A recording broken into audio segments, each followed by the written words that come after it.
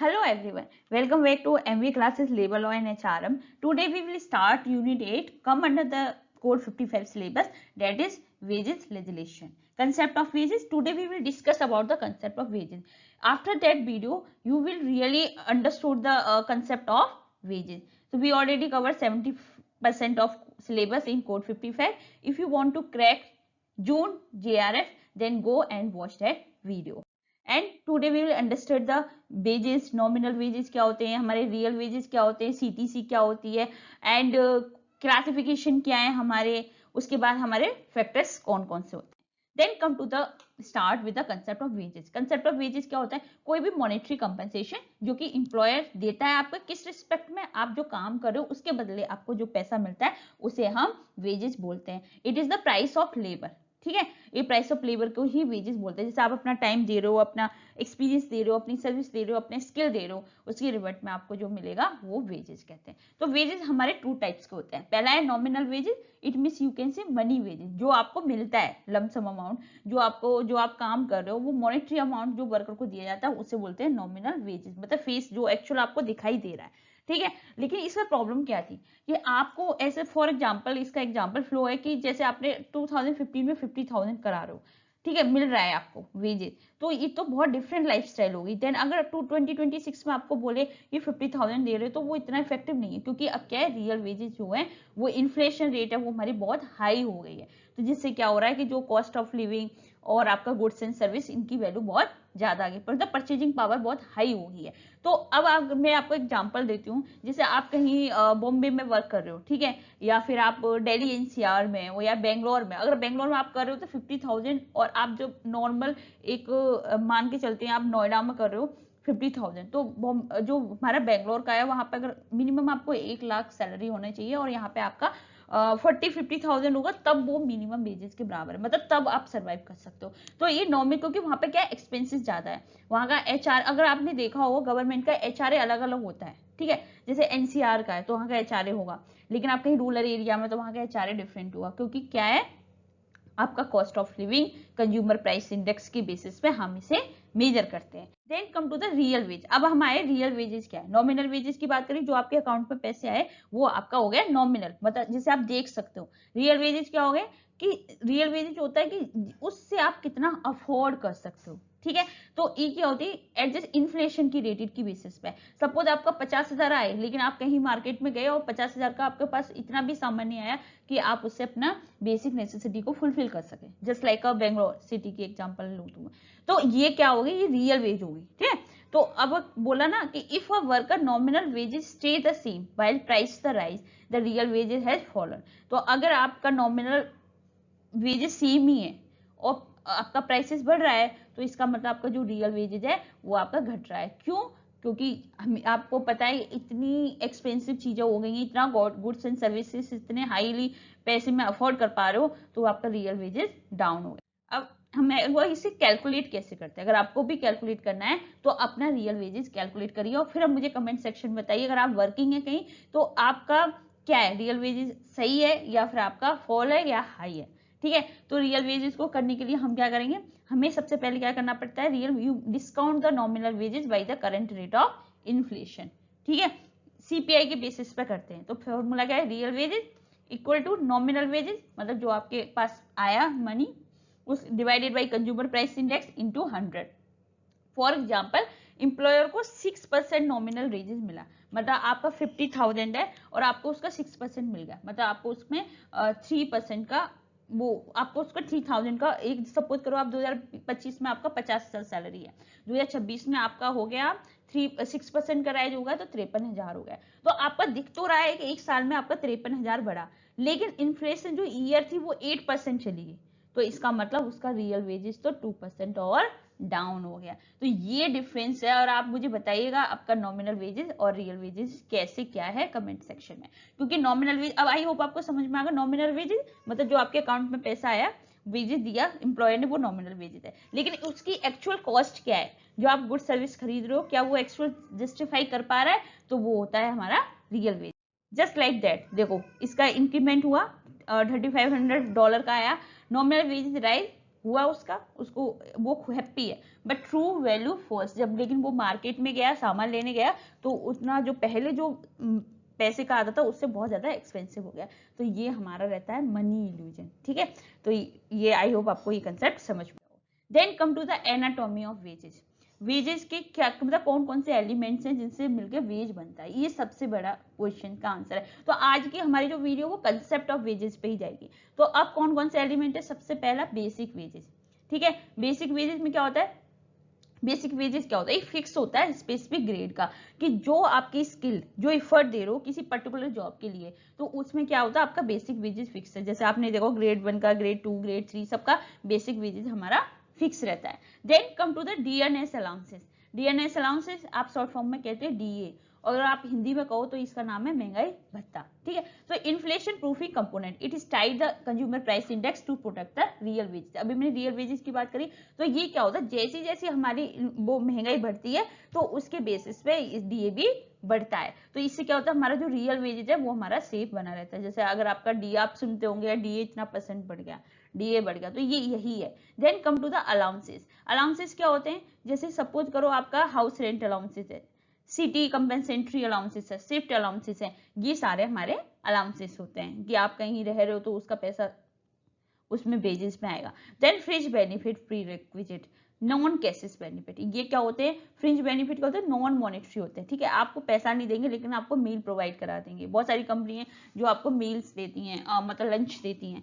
Then आपको company ने house दे दिया या ट्रांसपोर्टिंग फैसिलिटी दे दी, आप टाटा जैसी कंपनी का देखो तो वो अपने एम्प्लॉय को मील देती है, अपने एम्प्लॉय को ट्रांसपोर्ट फैसिलिटी देती है। तो ये क्या है, आपने फ्रिंज बेनिफिट प्रोवाइड करा दिए।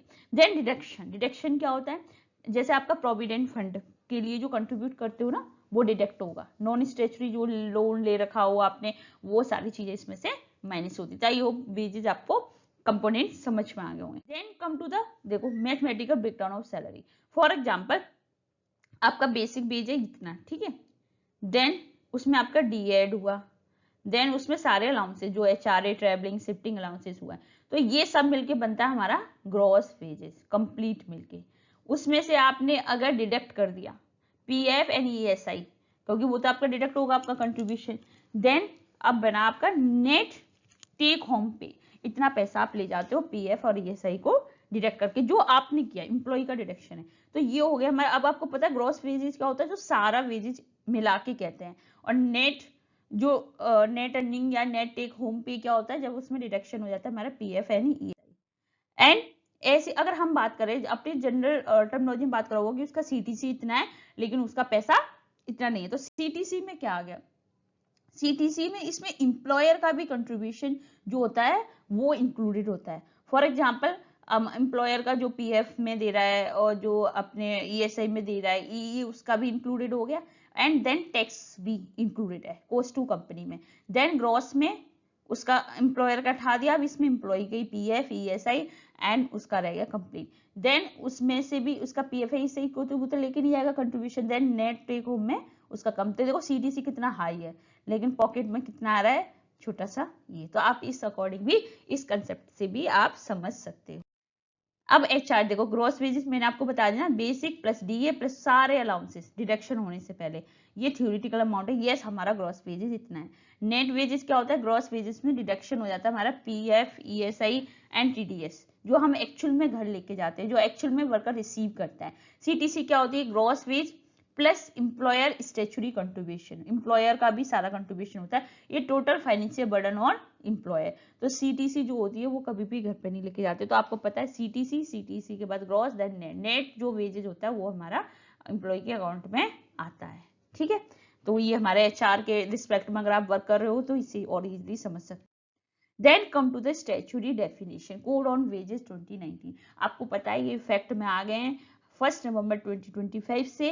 अब उसके अकॉर्डिंग वेजेस क्या है, तो अंडर द कोड की बात करें तो wage strictly means all remuneration express in terms of money, जितने भी रिम्यूनरेशन है जो मनी के टर्म्स में जो पेबल है और जो उनकी एम्प्लॉयमेंट को फुलफिल कर रहा है वो सारा वेजेस कहलाता है। ठीक है, जैसे फॉर एग्जाम्पल मैं वर्क कर रही हूँ कहीं किसी कंपनी में, तो अगर वो वर्क में जितना भी मुझे मिलेगा वो मेरा वेजेज है, लेकिन हम लोग को तो सैलरी मिलती है। लेकिन अगर कोई वर्कर है, ठीक है, उनको वेजेस प्रोवाइड होगा। तो इसमें 3 इंक्लूड होते हैं। क्या क्या 3 चीजें होती हैं अगर कोड की बात, क्योंकि आपको पता है कोड ने ना थोड़ी सी चीजें बहुत ईजी कर दी हैं।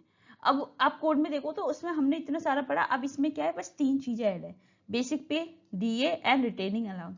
रिटेनिंग अलाउंस क्या होता है आपको पता है? रिटेनिंग अलाउंस होता है कि जब कोई भी फैक्ट्री, सपोज करो कोई सीजनल फैक्ट्री है, ठीक है, जो एक ही सीजन में चलती है, अब उनके वर्कर का क्या होगा, वो तो आधे सीजन घर बैठेंगे, तो जो हम उन्हें अलाउंस देते हैं जब वो घर पर बैठते हैं, जब कोई फैक्ट्री बंद हो जाती है, that's name as a retaining allowance, मतलब उन्हें रोके रखने के लिए हम उन्हें रिटेनिंग अलाउंस। तो ये सारी चीजें हमारे वेजेस की डेफिनेशन के अंदर आती है। अब व्हाट इज एक्सक्लूडेड, कौन कौन चीजें हमारे वेजेस के अंदर नहीं आती हैं, याद रखिएगा, स्टैट्यूटरी बोनस नहीं आते हैं, house accommodation, light, water, medical attendance no, employer contribution नहीं आएगा, कन्वेंस अलाउंस नहीं आएगा, हाउस रेंट अलाउंसेस भी वेजेस के अंदर नहीं आता, ओवर टाइम अलाउंसेस नहीं आएगा, कमीशन नहीं आएगा, ग्रेचुटी पेबल। तो आपको अब और इजी हो गया, आपको बस 3 चीजें याद रखनी है, बेसिक पे, डीए एंड रिटेनिंग अलाउंस। देखो अगर हम कोडेड, अगर इस डायग्राम से भी आप समझ सकते हो, अगर हम कोडेड वेजेस की बात करें तो टोटल रिम्यूनरेशन जो हमारा सीटीसी है वो इतना है, ठीक है, ये पूरा है। तो कोड ऑफ वेजेस की डेफिनेशन में क्या है, डीए, बेसिक पे एंड रिटेनिंग अलाउंसेस, ये हमारा वेजेस कहलाएगा। और सीटीसी में से बोनस हो गया, हाउस हो गया, एम्प्लॉयर पेनल्टी हो गई, ये सारा नहीं कहलाता है। तो जो सीटीसी होता है उसमें से ये सारी चीजें एक्सक्लूड कर देते हैं, बस सिर्फ 3 चीजों को ही हम वेजेस बोलते हैं, ठीक है, आपको समझ में आ गई हो इस डायग्राम के base. Then come to the retaining allowances. मैंने आपको भी एक बात कही थी, तो रिटेनिंग अलाउंस क्यों बोली, क्योंकि इसमें ऐड हुआ है वेजेस में। तो रिटेनिंग अलाउंसेस में जैसे कोई ऑपरेट करे सीजन, जैसे समर में शुगर फैक्ट्री हमारी वर्किंग में रहती है, ठीक है, देन अब क्या होगी, वो फैक्ट्री होगी हमारी क्लोज ऑफ सीजनल विंटर में, तब आप क्या करोगे, तब आप उनको जो पैसा देते हो तो वो कहलाएगा रिटेनिंग अलाउंसेस। देन 50% रूल, ये भी इसने हमारा जो स्टैट्यूटरी कोड है वेजेस 2019 में, उन्होंने बोला कि एम्प्लॉयर क्या करते हैं कि उन्हें जैसे उन्हें सारी फैसिलिटी किस पे देते हैं, बेसिक वेजेस पे तो पे करते हैं, तो वो क्या करते हैं कि उनको डाउन कर देते हैं, जैसे पीएफ पे कटेगा तो आपका बेसिक वेजेस पे कटेगा, ठीक है, तो वो क्या करते हैं उसको डाउन कर देते हैं, जिससे कि वो ज्यादा से ज्यादा पैसा नहीं जाए, क्योंकि कंट्रीब्यूशन तो एम्प्लॉय भी करता है।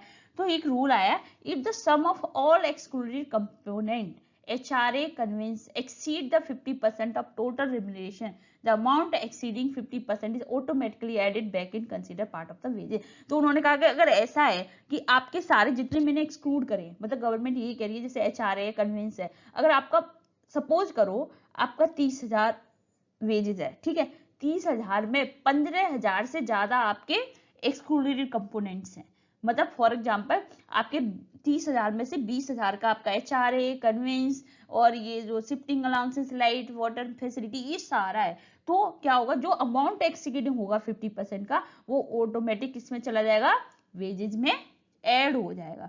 तो इसका मतलब आप क्या कर सकता है, एम्प्लॉयर जानबूझ के बेसिक पे को इतना डाउन ना करे। वो क्या करता है, आपने देखा हो हर कंपनी का रूल होगा, बेसिक पे बहुत छोटा सा रखते हैं और उसके पास सारे एक्सपेंसेस बहुत बड़ा रखते हैं, क्योंकि उसे सारा जो कैलकुलेशन है वो बेसिक पे करनी पड़ती है, ठीक है। ये क्यों कर रहा है, क्योंकि प्रिवेंट कर रहा है exploitation of worker through the artificially low basic pay, ensure statutory benefit are calculate at the fair baseline.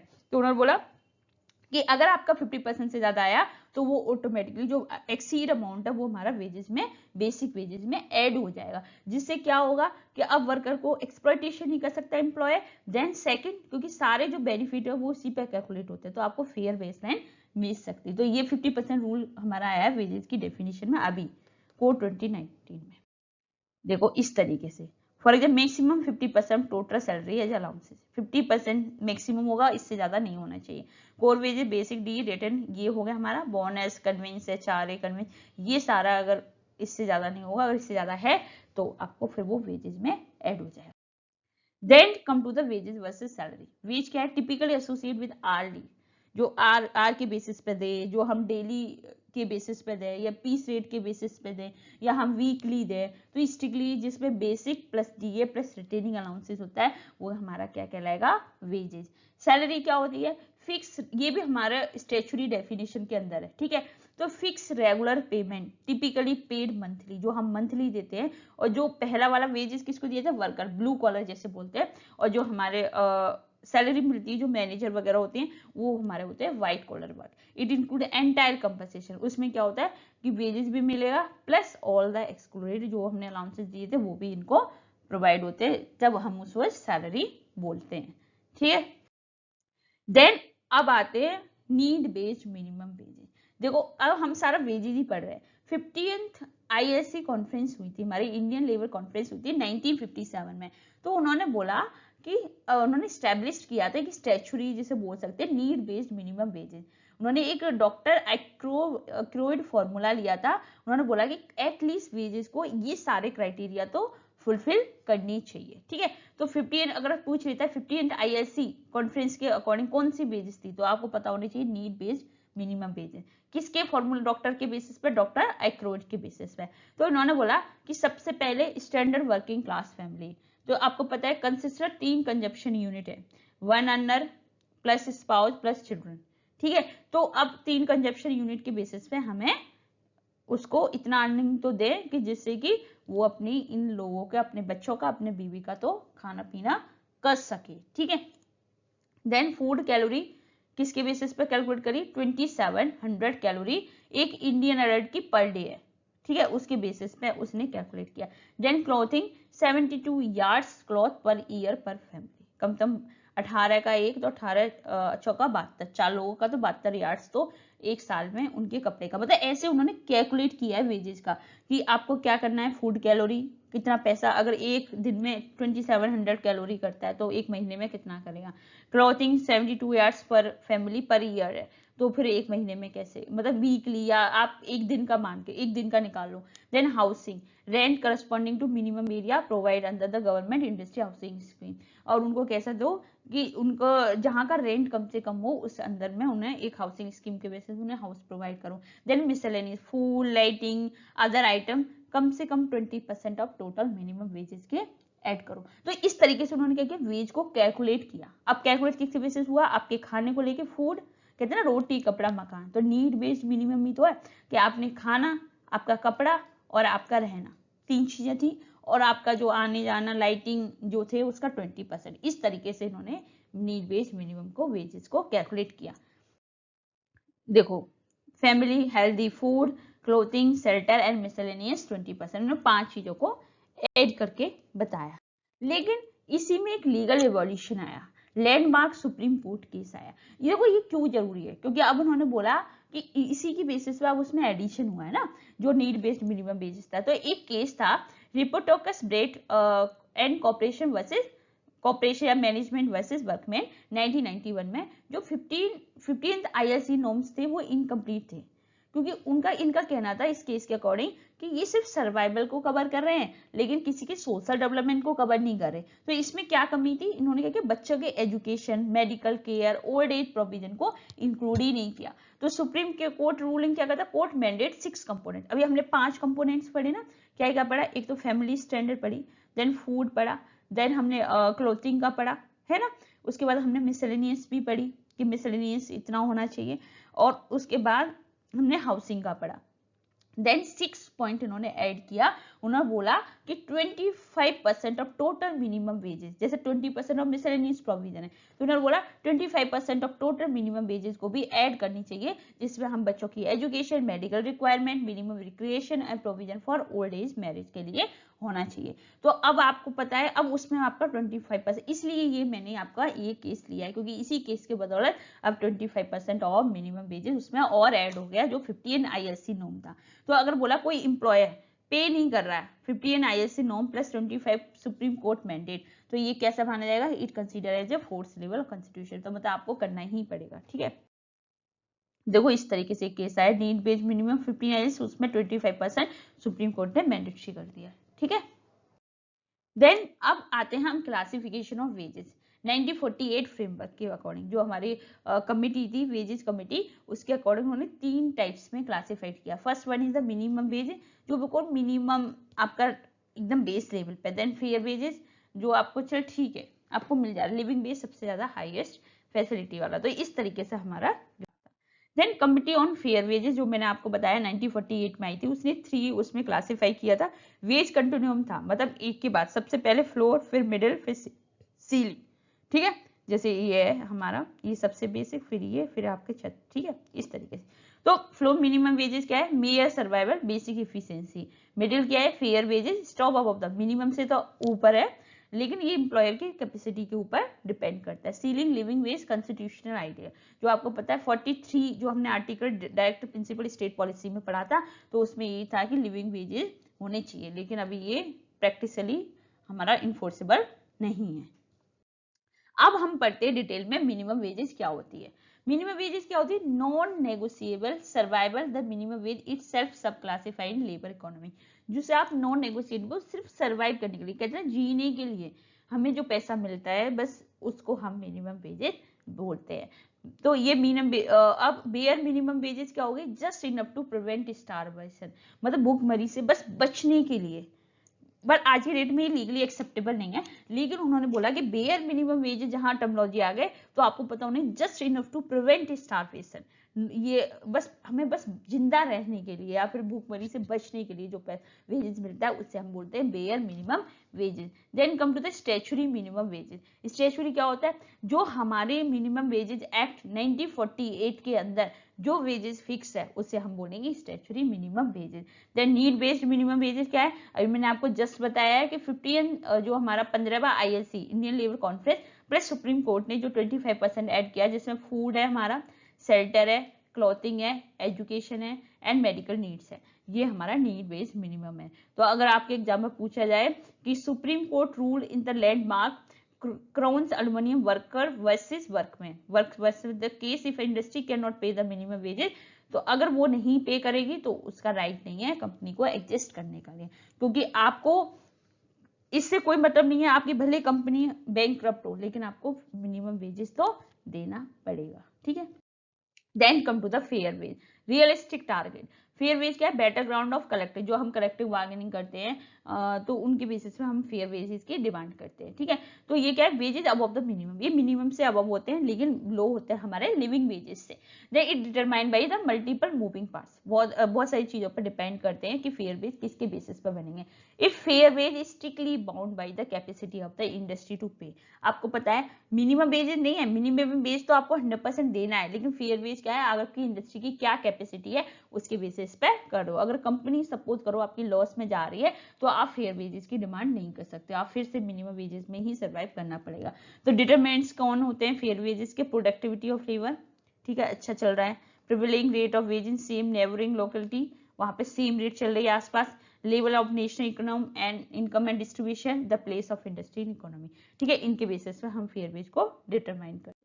Then come to the living wage, the ultimate. Everyone wants the that wages. It's called the living highest level of wages classification कहलाता है। इसमें standard comfort सब provide होता है। It provide not just for bare physical sustenance, but for the maintenance of health, decay, decency, measure of physical comfort, provision of emergency insurance, old age, सारी facility हमारी living wages में आता है। तो आपको पता है कॉन्स्टिट्यूशनल कौन सा था हमारा, आर्टिकल 43, आपको पता है 43A में पार्टिसिपेशन मैनेजमेंट था, आर्टिकल 43 में क्या था, direct principle of state policy, direct the state to endeavour secure living wages for the all worker, मतलब उन्होंने बोला कि सारे वर्कर को हमें क्या करना है, लिविंग वेजेस सिक्योर करना है। लेकिन इंडिया क्या है, हमारा डेवलपिंग नेशन है, तो यहाँ पे क्या बहुत ज्यादा लेबर सरप्लस में, आपको पता है यहाँ पे डिमांड कम है, सप्लाई ज्यादा है, और इसी के अकॉर्डिंग हमारा जो है अब ये मान के चलो ये थ्योरेटिकल फ्रेमवर्क है, रियलिटी में बहुत कम है। देखो अब हम कैपेसिटी पे मैट्रिक्स पढ़ सकते हैं, वेज क्लासिफिकेशन मिनिमम वेजेस में कैपेसिटी पे मैटर करती है, नो, मैंने आपको बताया ये पेड देना पड़ेगा भले ही आप एम्प्लॉयर बैंकक्रप्ट हो जाए, ये हाईली इन्फोर्सेबल है मिनिमम वेजेस एक्ट के अंदर। फेयर वेज यस, अगर आपका ये है कैपेसिटी मैटर करती है, enforce through the tribunal collective bargaining. Living veg yes, require highly profitable advance industry में, इसमें कोई भी स्ट्रिक्टली इन्फोर्समेंट कॉन्स्टिट्यूशनल नहीं है, आपको कोई भी सजा नहीं मिलेगी। Then it's a called the classification of wages. I hope आपको ये तीनों क्लासिफिकेशन अच्छे से समझ में आ गया। Then come to the factor influencing wages, कौन कौन से फैक्टर हैं जो हमारे वेजेस को इन्फ्लुएंस करते हैं। तो first one is the internal factor, then we can control them, external factor जिन्हें हम कंट्रोल नहीं कर सकते। अब हम पढ़ते हैं एक्सटर्नल फैक्टर, जैसे market force, what the company can not control, demand and supply of labour, आपको पता है fundamental economic driver, if suppose करो कोई ऐसी स्किल है जिनकी डिमांड बहुत ज्यादा हाई है पर सप्लाई बहुत शॉर्ट है। जैसे फॉर एग्जाम्पल मैं बात करूँ एआई, जिन लोग आपको पता है अब एआई जोन आ गया है, ठीक है, तो एआई इंजीनियर है अभी भी, वैसे तो लोग हैं लेकिन अब आप सोचो इनका क्या है, कोई स्पेसिफिक स्किल की जो डेवलपर है, ठीक है, स्किल इनकी हाई डिमांड में लेकिन सप्लाई शॉर्ट है, तो इनकी वेजेस क्या होगी, बहुत हाई स्काई रॉकेट होगी, बहुत एक्सपेंसिव होगा। आपने बोला होगा जो गूगल में जो जाते हैं, जो कोडिंग वगैरह करते हैं, तो उनका कितना वेजेस 1-1 करोड़ तक पैकेज रहता है उनका। Then if there is the over supply unskilled labour, अब आपको पता है कि अनस्किल्ड लेबर की बहुत ज्यादा हाई है, तो उनका क्या होगा, वेजेस क्या हो जाएगी, लो हो जाएगी। तो ये पहला फैक्टर है demand and supply of labour, जिसे आप कंट्रोल नहीं कर सकते, एक्सटर्नल फैक्टर के अंदर है। Then come to the cost of living, wages must ensure the survival of worker, inflation erode the purchasing power, real wage of money. तो अब उन्होंने बोला कि एक कॉस्ट ऑफ लिविंग है कि वेज को क्या करना है कि इंश्योर इतना तो होना चाहिए कि वो वर्कर सर्वाइव कर सके। तो अगर आपने बोला इन्फ्लेशन क्या करती है, इरेडिकेट कर देती है परचेजिंग पावर ऑफ मनी, मतलब उसको रिमूव कर देती है। तो अभी मैंने आपको जो रियल वेजेस पढ़ाया, ठीक है, परचेजिंग पावर, देखो आप अब इस कंसेप्ट से रिलेट कर पा रहे होंगे। तो देन ये है, तो अगर आपसे बोले कि this is why DA is exist to neutralise the impact of rising CPI, that's why हमारे हर उसमें डीए अलाउंस होता है, DA dearness allowances. Prevailing marketing rate, going rate, ये भी हमारा है, company must pay what the competitor are paying for similar labour. अगर सपोज करो एक टेक्सटाइल इंडस्ट्री और साइड में भी टेक्सटाइल इंडस्ट्री, अगर वही अमाउंट वो भी देगी तो आपको भी वही सेम अमाउंट देना पड़ेगा। Then competitor are paying for the similar level in the same geographical region, otherwise they face massive employ turnover, क्योंकि आपको पता है कि बगल वाली कंपनी अच्छा देगी तो आप क्या करोगे, उसे छोड़ के चला जाएगा। तो आपको क्या करना है, एक्सटर्नल इक्विटी मेंटेन कर रखी है, मतलब मेंटेन करके रखनी है, इंश्योर होनी चाहिए, इंटरनल भी होनी चाहिए, एक्सटर्नल। तो अभी हम किसका बात करें, एक्सटर्नल फैक्टर की बात करें, तो आप जिसकी कंपनी है, आपके जो भी कंपटीटर की कंपनी है, उसका सेम पे रेट होना चाहिए। Then law and the union, institutional force, हमने अभी पढ़ लिया।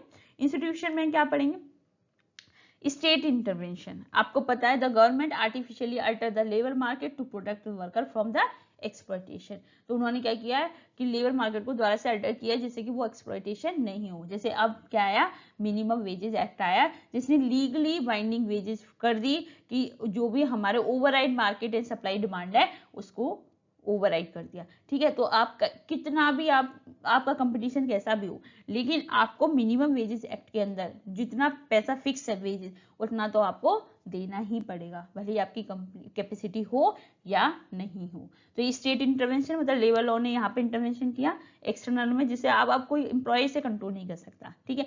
Then come to the bargaining power of trade union, highly organised union can force employ to pay wages for higher than the what the free market और worker individual product वो dictate. तो यहाँ पे क्या है, बार्गेनिंग पावर है trade union की, yes वो कर सकती है और डिमांड कर सकती है। Then wage board and pay commission, in India centralise body determine wage structure, आपको पता है कि हमारी जो बॉडी है, हमारा वेज बोर्ड है, वो डिटरमाइन करता है wage structure for the entire industry, working journalist, sugar industry और गवर्नमेंट सेक्टर। और वो ये लोकल जो मार्केट कंडीशन में क्या चल रहा है उसको बाईपास करता है, उसको नहीं देखता। वो क्या है, जो हमारा नेशनल ने जो बॉडी कंस्टिट्यूट करी है उसके बेसिस पे हम बेसिस करते थे। ये क्या हो गया, एक्सटर्नल फैक्टर है, जो इंस्टीट्यूशनल फोर्स हो गया, हमारा लॉ हो गया, हमारी ट्रेड यूनियन होगी, हमारे वेज बोर्ड हो गए, इनके बेसिस पे आपको करना पड़ता है। देन मतलब फैक्ट होती है। Then come to the internal factor, organisation की रियलिटी। अब ये क्या है, जिसे आप कंपनी कंट्रोल कर सकती है। For example first one is the capacity to पे।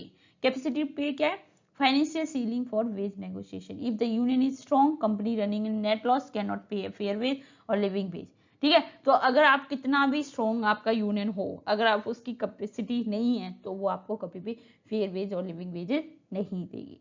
सेकंड, मिनिमम वेजेस तो देना है, ठीक है। Second, job evaluation. Job evaluation the systematic process used to determine. तो इसमें क्या होता है, जॉब इवैल्यूएशन में क्या करते हैं कि हम जॉब की वैल्यू निकालते हैं कि इस जॉब की कितनी वैल्यू है within the same organisation based on skill, effort, responsibility and working condition के बेसिस पे। तो उसके बेसिस पे हम उसे वेजेस को देते हैं। Then come to the worker productivity, higher productivity worker lower per unit cost of manufacturing generating surplus can be share from the higher wages incentive bonus. अगर सपोज करो आपकी जो वर्कर है वो बहुत ज्यादा हायर प्रोडक्टिव है, तो जब वो बहुत अच्छे से काम करेंगे तो पर यूनिट कॉस्ट हमारी कम आएगी। पर यूनिट कॉस्ट कम आई तो हमें क्या होगा, सरप्लस क्रिएट होगा, मतलब एक्स्ट्रा पैसा आएगा। तो एक्स्ट्रा पैसे से क्या करेंगे, हम उनके हायर वेजेस कर देंगे और इंसेंटिव बोनस दे देंगे। तो ये है। Then management strategy. Is the company a market lead, pay above average to attract top talent, या market match, pay the median rate या market ले, pay as the low. तो अब आपको market management strategy follow, market lead अगर आपको करना है तो अगर आपको पता है कि आप क्या करो, पे ज्यादा करो जिससे टॉप टैलेंट आप में आए, तो वो कहलाएगा मार्केट लीड. मार्केट मैच क्या हो गया कि मीडियन रेट की बेसिस पर करो. मार्केट लेग हो गया कि आप कम से कम दे रहे हो. ठीक है, तो ये आया. तो ये हमारे वेजेस को अफेक्ट करते हैं फैक्टर जो इंटरनल है. और एक्सटर्नल हमारे जो मैंने आपको पढ़ा दिया, आपका जो डिमांड एंड सप्लाई हो गए आपका, और आपका लॉ हो गए, आपका ट्रेड यूनियन हो गई, और आपका वेजेस बोर्ड हो गए, ये सारे हमारे अफेक्ट करते हैं. Then GRF assessor reasoning trap, कैसे किस तरीके से वो आपको ट्रैप करता है. तो कैपेसिटी टू पे पैराडॉक्स इसमें से आया हुआ है. तो इट डज नॉट, तो उन्होंने बोला कि कौन सा नहीं है. तो rule for a minimum wages employ capacity pays 100% irrelevant. अब उस बॉस की कैपेसिटी 100% हो या नहीं हो वो इररिलेवेंट है. You can not pay it, close the factory. And the rule for a fair wage living wages employer capacity pay is primary deciding factor. तो मतलब इन्होंने बोला कि कैपेसिटी पे मिनिमम वेजेस से कोई मतलब नहीं है. ठीक है, वो इररिलेवेंट है. तो आपको क्या करना है, आपको मिनिमम वेजेस तो देना पड़ेगा. ठीक है, और देन रूल फेयर वेजेस के लिए क्या है, एम्प्लॉय की कैपेसिटी किस पर डिपेंड करती है, प्राइमरी डिसाइडिंग फैक्टर, उसकी प्रोडक्टिविटी कैसी चल रही है, उसकी इंडस्ट्री कहाँ लोकेशन में, इसके लिए. Then trap to confusing cost living with the standard of living. आप याद रखना, cost living dictate the minimum wages survival के लिए, और standard living dictate the living wages. मतलब जो कॉस्ट ऑफ लिविंग मतलब रहने के लिए तो कम सम चाहिए, तो वो किसके लिए, मिनिमम वेजेस के लिए. स्टैंडर्ड लिविंग किसके लिए, कंफर्ट सोशल नीड, जो हमारे लिविंग वेजेस है. तो इनमें आप कंफ्यूज मत होइएगा.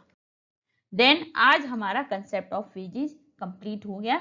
कल हम पढ़ेंगे पेमेंट मेथड्स. ये बढ़िया का इंडिविजुअल पेमेंट पढ़ेंगे, ग्रुप पढ़ेंगे, ऑर्गेनाइजेशन पढ़ेंगे इंसेंटिव के, फिर उसके बाद हम पीस रेट, आउटपुट, ये सारा कल की वीडियो के लिए तैयार रखिएगा. पूरा डिटेल में आपका पेमेंट मेथड होगा. Thank you so much. और ऐसे पढ़ते रहिए JRF जून 2026 क्रैक करने के लिए. Keep watching, keep sharing.